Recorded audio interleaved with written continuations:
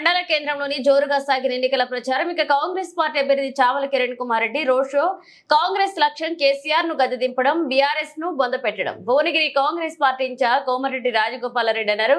ఇక కనీసం కూతురు జైల్లో ఉన్నా చూడని కేసీఆర్ రాష్ట్రాన్ని ఎలా కాపాడతారని కేసీఆర్ ను ప్రశ్నించారు రాజగోపాలరెడ్డి.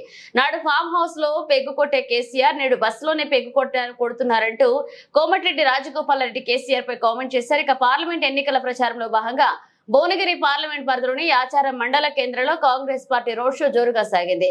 ఇబ్రహీంపట్నం ఎమ్మెల్యే మల్రెడ్డి రంగారెడ్డి మాట్లాడుతూ యాచారం మండలంలోని వచ్చే ఫార్మాసిటీ రద్దు కావాలంటే, పార్లమెంట్లోని ఫార్మాసిటీపై పోరాటం చేయాలంటే కాంగ్రెస్ అభ్యర్థి చావల కిరణ్ కుమార్ రెడ్డిని భారీ మెజార్టీతో గెలిపించాలని, గత బీఆర్ఎస్ ప్రభుత్వం పుట్టబోయే బిడ్డపై కూడా అప్పుల భారం వేసి రాష్ట్రాన్ని 9 లక్షల కోట్ల రూపాయల అప్పుల కుప్పగా మార్చారని మల్రెడ్డి రంగారెడ్డి ఆరోపించారు.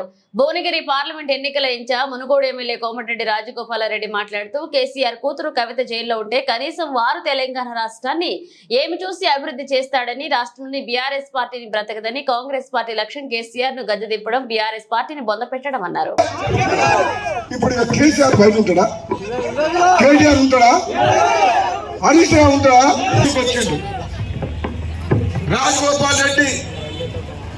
నేను కిరణ్ కుమార్ రెడ్డిని నాకు ఇన్ఛార్జ్ ఏఐసిసి అధికార పార్టీ అధిష్టానం రేవంత్ రెడ్డి గారు నాకు భువనగిరి పార్లమెంట్ మనకు కాబోయేటువంటి ఎంపీ ఎవరు?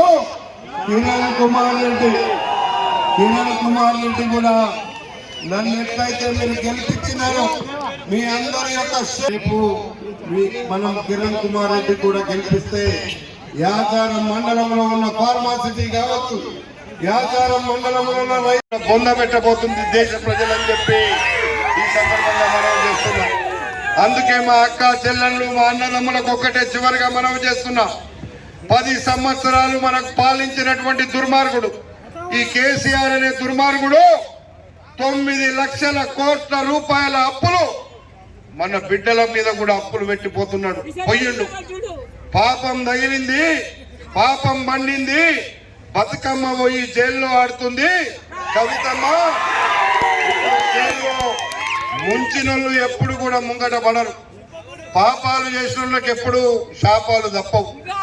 అందుకే మనమందరం మా అక్క చెల్లెలు లేదో బతుకమ్మ ఆడనట్టు, వాళ్ళేదో ఆడుతున్నట్టు, మనోళ్లకు నేర్పినట్టు కట్టుకథలు కట్టి అధికారాన్ని అడ్డం పెట్టుకొని మోసాలు చేసి ఇలా 9 లక్షల కోట్లు అప్పు చేస్తే మన ఉప్పు మీద, పప్పు మీద, తొక్కు మీద, తినే తిండి మీద, తాగే నీళ్ల మీద ట్యాక్స్ కట్టాల్సినటువంటి బాధ్యత ఈరోజు మన మీదకి వచ్చింది. అందుకే మా అక్క చెల్లెళ్ళకు ఒక్కటే మనవి చేస్తున్నా, మీ అందరి రుణం తీర్చుకునేటువంటి భాగ్యం మాకు ఇచ్చిండ్రు.